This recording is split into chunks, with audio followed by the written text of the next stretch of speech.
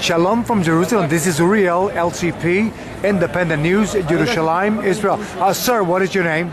Reuben Dage. Reuben. Now, Reuben, we're asking questions about the Obama administration, who basically has done nothing to deter the Iranian regime in Iran. Yes, that's correct. Obama thinks that you can negotiate with anybody, even people who are implacable enemies. And that is not the Jewish perspective. The Jewish perspective is that there is such a thing as an implacable enemy. That's why we were warned about Amalek. We were warned whose goal was to utterly destroy Israel, to prey upon the weak, the defenseless.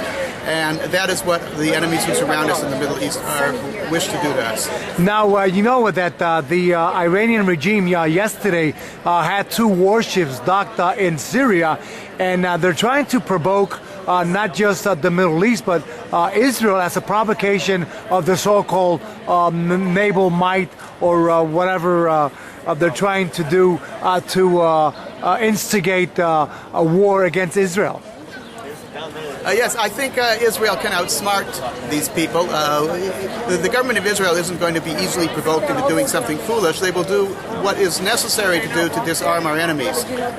And now, do you think that America has done enough to deter the nuclear capabilities that Iran is trying to develop? No, I do not. President Obama, in his inaugural address, said he would approach the America's adversaries with an open hand and not a clenched fist. But they have not responded with an open hand. The problem is Obama doesn't know how to make a clenched fist. Now, do you think that, and this is a question that it's being said in the Republican primaries, Santorum is calling out Obama and asking him to really come out clean, whether he's Christian or Muslim. A lot of people think that he's a Muslim. What do you think?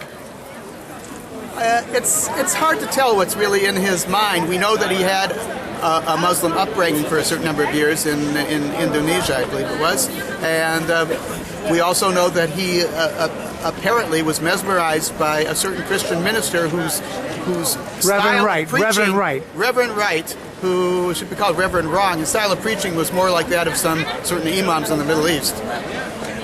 So you think that Israel should be ready for anything that Iran and its regime in Tehran will bring against the Israeli populace? Yes, I think right now in the background, our viewers can see a Beit Knesset, a synagogue. It's called the Churva Synagogue. It means destruction. It had been destroyed on 2 previous occasions and then rebuilt. We should pray, God forbid, we should pray that the state of Israel will not go through a third Korban, that we must be ready to fight our enemies at a moment's notice. Now, do you know what Tehillim says, 137, that if I forget thee, O Jerusalem, let my right hand forget its movement, if not, let my tongue cleave to its palate. Do you know that in Hebrew? Very approximately. In Eshkachach Yerushalayim Yamini. I don't remember all the words. I need to take more help on. So now, one final question. Do you think that the European Union, with this Iranian not sending more oil to France and I believe is Britain, you think that's going to hurt the American economy? As we know, the gas prices have gone dramatically up in the last couple days. It probably will hurt quite strongly the American economy, but we're doing my roommate. It's my roommate, everybody. That's my roommate. Okay, it probably will hurt the American economy, but we must recognize that there's a price to be paid for protecting ourselves. If England and France had paid that price in the late 1930s, and it may have been a very big price, it would have saved perhaps 50 million lives over the next decade. This is Uriel, LCP, Independent News, Jerusalem, Israel. Shalom.